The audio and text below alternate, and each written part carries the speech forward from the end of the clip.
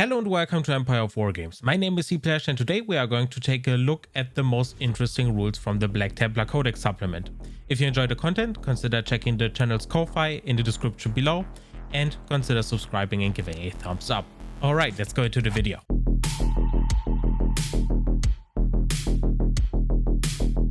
Alright, so this video is not going to cover every single rule, unit and stratagem, but rather focus on the most impactful changes to keep the video from being an hour long. It's still very long, but not quite an hour.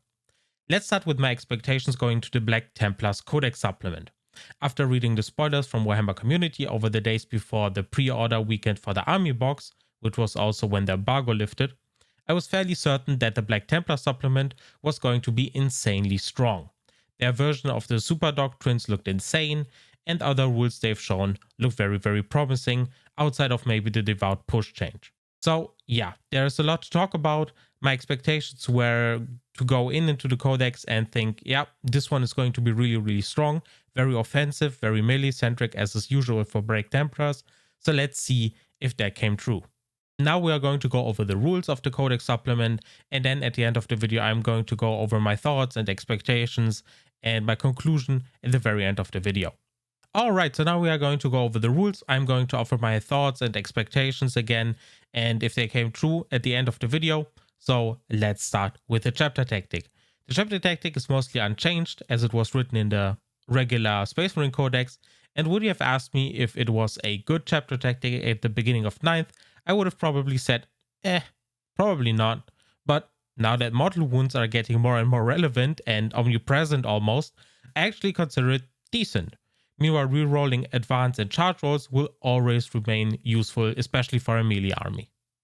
So, next up are the vows, which replace the super doctrine. To put it simply, you basically select a vow once you've seen your opponent's list but haven't put down any terrain or anything, and you just pick one and yeah, go with it, and you'll be able to see your opponent's list and pick one accordingly. Alright, the first one is Suffer Not the Unclean to Live. Melee attacks auto wound on 6s to hit if they are not against a vehicle. The passion, you have to choose the closest unengaged non-aircraft unit when charging. I personally don't see this one getting used too much outside of narrative and crusade games. It is a better duelist from the regular Space Marine book, but duelist doesn't see any play either, so But to be fair, it is permanently active from turn 1, so it is a good bit stronger compared to the Black Templar's previous Super Doctrine ability. The drawback meanwhile is quite significant and could screw you over if you are not careful and if you want, for example, to charge a single unit with multiple of yours. So that's going to be a little bit difficult if there are other units nearby as well. So you have to think about that and strategize. I think the drawback here is probably the most significant one out of the 4. Next up is Uphold the Honor of the Emperor, which is basically a 5+ invulnerable save for your entire army, and a 3+ transhuman, which basically means 1 and 2s to wound from your enemy always fail. And the passion is you don't benefit from cover. This one is probably going to be far and away the strongest pick out of the bunch. A 5+ invulnerable save for your vehicles and infantry is huge. Your impulsors and your redemptors are going to benefit greatly, and a mini transhuman on 1s and 2s is the cherry on top. It makes your entire army insanely durable, and as everyone noted already, and as I said previously, especially your redemptor dreadnoughts are going to go crazy.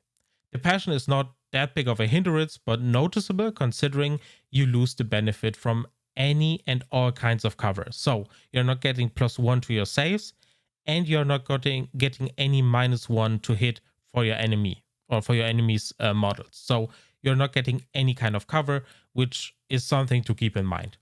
Next up we have Abhor the Witch, Destroy the Witch. This is basically a 3-inch movement on your first turn if your enemy has any psychers, and reroll once to wound against psychers in melee. And the passion is you can't perform any actions while within 18 inches of a psyker. This one is very specific and feels like it was written with the new Grey Knights and Thousand Suns codexes in mind. Please do not use this if your enemy has like 1 or 2 psychers in their army.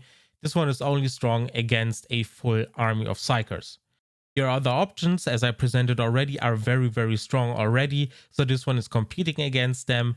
And yeah, I would really recommend just picking these against Grey Knights and Thousand Suns, and even then you should have a plan behind it. Because yeah, Uphold the Honor of the Emperor is just very, very strong, and you need to weigh your options here.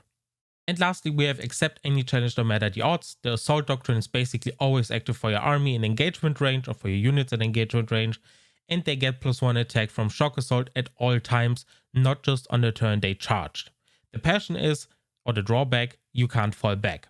I really like this one as the offensive counterpart to Uphold the Honor of the Emperor. Getting a permanent AP -1 to your melee attacks is going to be very relevant, and still getting an additional attack, even if your unit is in melee for a second or third turn, is great.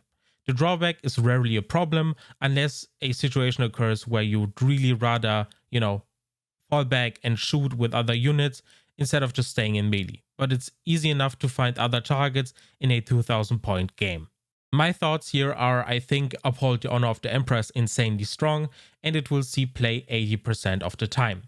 The other vows are situational and will see play against very specific armies or setups and lists, but generally if you're just playing Black Templars at a casual, say 8-man tournament at your local hobby store and don't want to really think about it, Uphold the Honor of the Emperor is going to be your best bet. Let's hope I'm right here and we'll get some variety in the competitive scene instead of just seeing Uphold the Honor of the Emperor, but I guess we have to wait and see in the next coming months. Alright, next up are the stratagems. No stratagems for advance and charge anymore, which sucks because melee armies really live and die depending on their movement options, and seeing them reduce is not ideal. But Devout Push has been also toned down. That's also not ideal. It doesn't get you into melee anymore, but it gives you some flexibility when it comes to strategic movement, like moving in and out of terrain for shooting, or to move closer to an objective. Keep in mind that this also applies to your dreadnoughts, as they are a core unit. Strength of Conviction, meanwhile, lets you grant one of your units the objective secured ability. The big benefit here is that you are working with perfect information during your turn. And if you are lucky, you might even deny your opponent some points as well, because the effect lasts from your command phase to your next command phase. Next up is Tenacious Assault, which also saw a big change. It went from a 2 CP stratagem and a success on a 2+ to a 1 CP stratagem and a 50-50 success rate, which basically means you succeed on a 4+.